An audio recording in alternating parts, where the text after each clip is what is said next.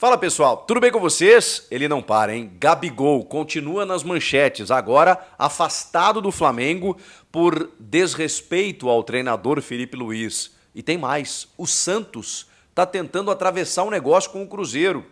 E o Gabigol, afastado do Flamengo, diz que vai para a arquibancada torcer pelo Fla nesse jogo contra o Galo. Que loucura! Vamos falar sobre tudo isso? Chega mais, eu sou o Chico Garcia, inscreva-se no canal e vamos juntos.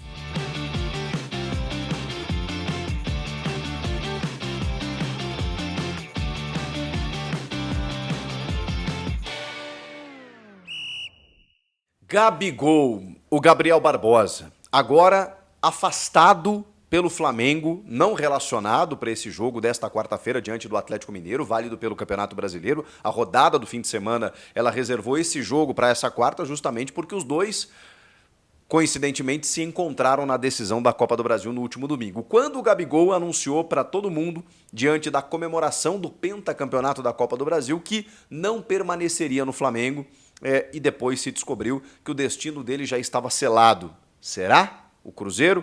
Bom, a gente vai falar mais sobre isso na sequência. A questão é que o Gabigol disse que cumpriria, até o dia 31 de dezembro de 2024, o seu contrato com o Flamengo.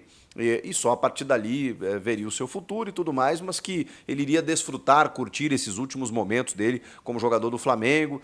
E aí criticou a diretoria, por uma falta de transparência na negociação, criticou o Tite, que não lhe respeitou como jogador, aquela coisa toda, e, de certa forma, chamou os holofotes, chamou a atenção para si no momento de uma celebração, de um grande título, numa grande conquista.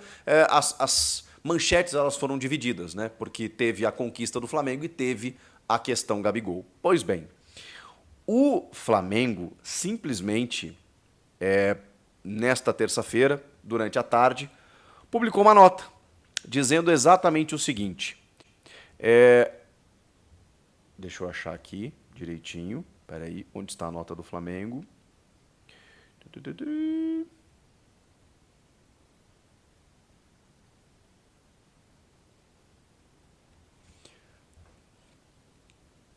Tá aqui.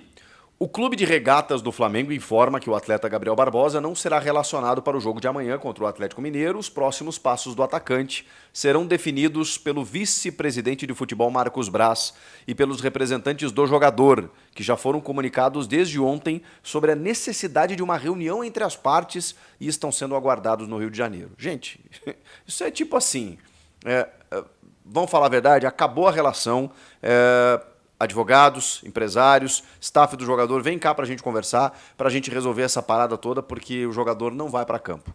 Essa é a decisão do Flamengo. O Flamengo está pistola com o Gabigol. O Gabigol se manifestou depois disso e disse o seguinte: em razão da nota publicada no dia de hoje, cumpre apenas esclarecer que estou à disposição do Flamengo e do treinador para cumprir meu contrato até o fim, inclusive para jogar amanhã. Treinei hoje normalmente, ele diz. E que a decisão de não me relacionar para o jogo foi unilateral pela direção do clube, da direção do clube.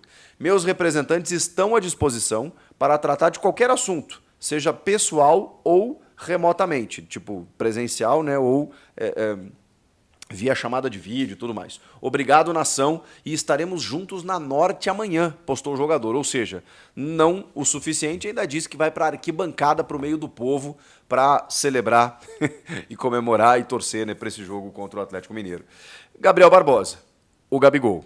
E aí, o Rodrigo Matos, do Portal UOL, ele descobriu uma série de coisas nos bastidores, que depois o GE acabou confirmando também, e outros portais, que tipo assim,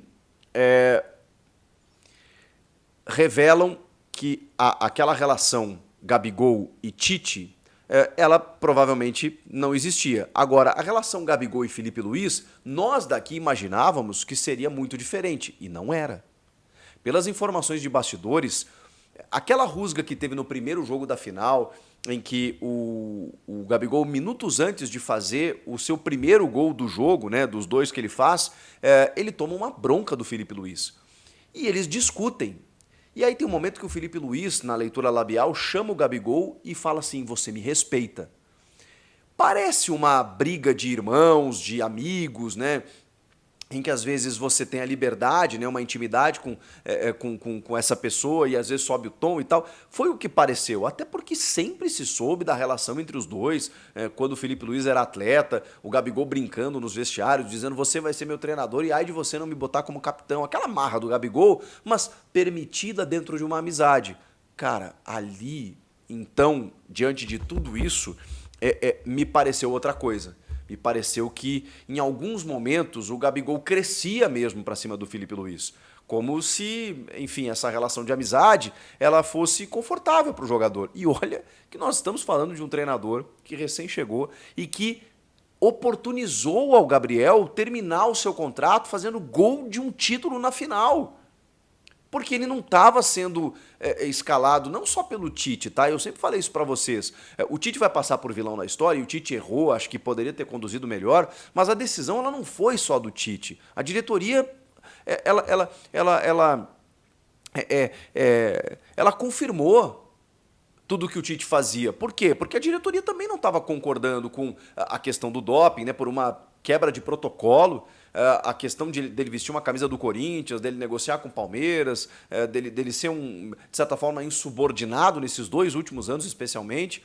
Então, assim, a diretoria concordou com o treinador do tipo, porque se a diretoria chegasse pro treinador e falasse, não, peraí, nós temos um ativo do clube aqui, o cara precisa jogar, o Tite teria caído muito antes.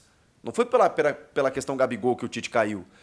Então a diretoria concordava, e está muito claro que concordava. Agora a gente vê que, gente, é assim, ó, se o Tite errou, né, na relação Tite-Gabigol, o Gabriel também não fez a menor questão. Se ele não está fazendo com o Felipe Luiz, vamos combinar. E aí tem mais. A reportagem revela que ele ficou puto na substituição no intervalo, quando, visivelmente, quem leu o jogo entendeu, quando ele tira o Gabigol para botar o Bruno Henrique, porque o Galo estava atacando e ofereceria o contra-ataque. Olha o que aconteceu, gente. O Bruno Henrique e o Gonçalo Plata acabaram com o confronto no segundo tempo nos espaços oferecidos. Era pertinente a troca. Ele ficou pistola e chegou a esbravejar, né? Tá de sacanagem que ele vai me tirar e tudo mais. E, entre outras frases, diz, ele se acha o Guardiola. Então, assim, ele usou de deboche, desrespeito, insubordinação contra um cara que é amigo dele. Nós estamos falando do Felipe Luiz, que foi campeão com ele como jogador e que deu a oportunidade dele jogar nessa reta final de ciclo, de contrato. E mesmo assim, o Gabigol não pareceu satisfeito. A nota do afastamento do Gabigol, ela esclarece muito, porque tem um trecho que diz o seguinte: a decisão visa manter a harmonia do elenco rubro-negro após o importante pentacampeonato da Copa do Brasil e dar tranquilidade ao treinador Felipe Luiz, comissão técnica e funcionários para a continuidade do trabalho e da busca pelas vitórias no Campeonato Brasileiro. Ou seja, a diretoria preservou Felipe Luiz, ficou do lado do Felipe Luiz. E me chama a atenção porque tudo isso aconteceu com o Felipe Luiz já sabendo, né, e indo para uma entrevista coletiva e não falando absolutamente nada do Gabigol. Simplesmente valorizando o atleta que ele foi. Se ele está saindo, está tudo certo. Ele está terminando de uma forma positiva, fazendo gols, nos ajudou, um grande jogador, né? Teve uma coisa ou outra, mas está tudo certo.